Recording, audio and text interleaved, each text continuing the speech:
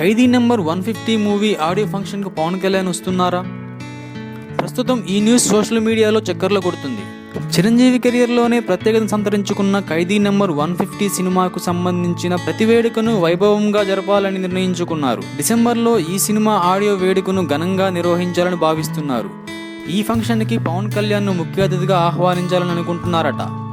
ఆయన వస్తాడా లేదా అని ఆసక్తి కొంతమందిలో నెలకొంది. ఇటీవల మెగా ఫ్యామిలీ జరుపుకున్న దీపావళి సెలబ్రేషన్స్కు పవన్ హాజరు కాకపోవడం అభిమానులు నిరాశ మిగిల్చినా ఈసారి అన్నయ్య పిలుస్తాడు కాబట్టి అన్నయ్య కోసం రావచ్చుననే ఆశ మెగా అభిమానులు లేకపోలేదు. తాజాగా పవన్ కళ్యాణ్ తన అన్నయ్యకు పెద్ద సాయమే చేశారని తెలుస్తుంది. మెగాస్టార్ చిరంజీవి హీరోగా తెరకెక్కుతున్న ఖైదీ నెంబర్ 150 చిత్రం చివరి దశకు చేరుకోగా చిరంజీవి కాంబినేషన్లో కొన్ని ముఖ్యమైన సన్నివేశాలు చిత్రీకరించాల్సి ఉందంట. దీనికోసం ప్రత్యేకమైన సెట్ వేయాలని భావించిందంట యూనిట్. కానీ 2-3 రోజుల్లో పూర్తయ్యే షూటింగ్ కోసం అంత ఖర్చు పెట్టడం ఎందుకా అని చిరు ఆలోచనలో పడ్డాడట.